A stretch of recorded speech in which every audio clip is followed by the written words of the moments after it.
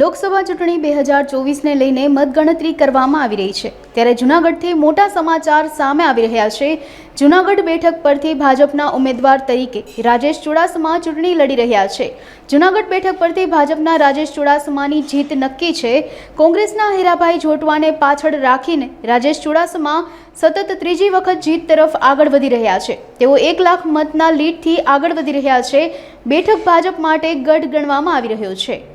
ખાસ કરીને ત્રીજી વખત આ વિસ્તારની જનતાએ મારા પર વિશ્વાસ મૂકી અને આ વિસ્તારમાંથી ખૂબ મોટી લીડથી મને વિજય અપાવ્યો છે। ત્યારે જૂનાગઢ અને ગીર સોમનાથની જનતા, તમામ મતદારો, તમામ ભારતીય જનતા પાર્ટીના કાર્યકર્તાઓ અને આગેવાનોનો ખૂબ ખૂબ આભાર માનું છું કે જેમણે ત્રીજી વખત મારા પર વિશ્વાસ મૂકી અને મને વિજય અપાવ્યો। કરીને આ વિસ્તારમાં કેન્દ્ર સરકારના નાના મોટા પ્રશ્નો છે એમને પ્રાયોરિટી આપી અને વહેલી તકે પૂર્ણ થાય એવા અમારા પ્રયત્ન રહેશે।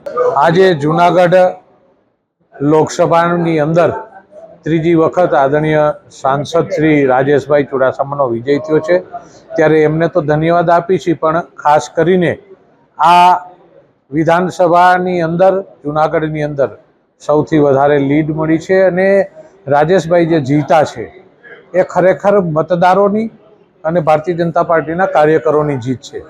આ બંને લોકોની જીત આ લોકસભા વિસ્તારની અંદર થઈ છે, કારણ કે કાયમને માટે કોઈ પણ પક્ષની જીત થતી હોય છે ત્યારે ભારતીય જનતા પાર્ટી તો કાર્યકરની આધારિત પાર્ટી છે, એટલે કાર્યકરોની જીત થઈ છે, સાંસદ જીતા છે અને લોકોએ નરેન્દ્રભાઈ ઉપર ભરોસો મૂક્યો છે। આ દેશના વડાપ્રધાને જે રીતે કામ કર્યું છે એ જીત થઈ છે અને ત્રીજી વખત દેશના વડાપ્રધાન નરેન્દ્રભાઈ બનવા જઈ રહ્યા છે ત્યારે આપણે લોકોને અભિનંદન આપી છે કે એમનો ભરોસો ભારતીય જનતા પાર્ટી ઉપર અને સંગઠનની નીતિ આદરણીય CR પાટીલ સાહેબ અધ્યક્ષ, પ્રદેશ અધ્યક્ષની આજે આ વિસ્તારથી આ ત્રણેય ત્રીજી વખત જીતવાનો જે રાજેશભાઈને મોકો મળ્યો છે ત્યારે એમને ધન્યવાદ આપીશ।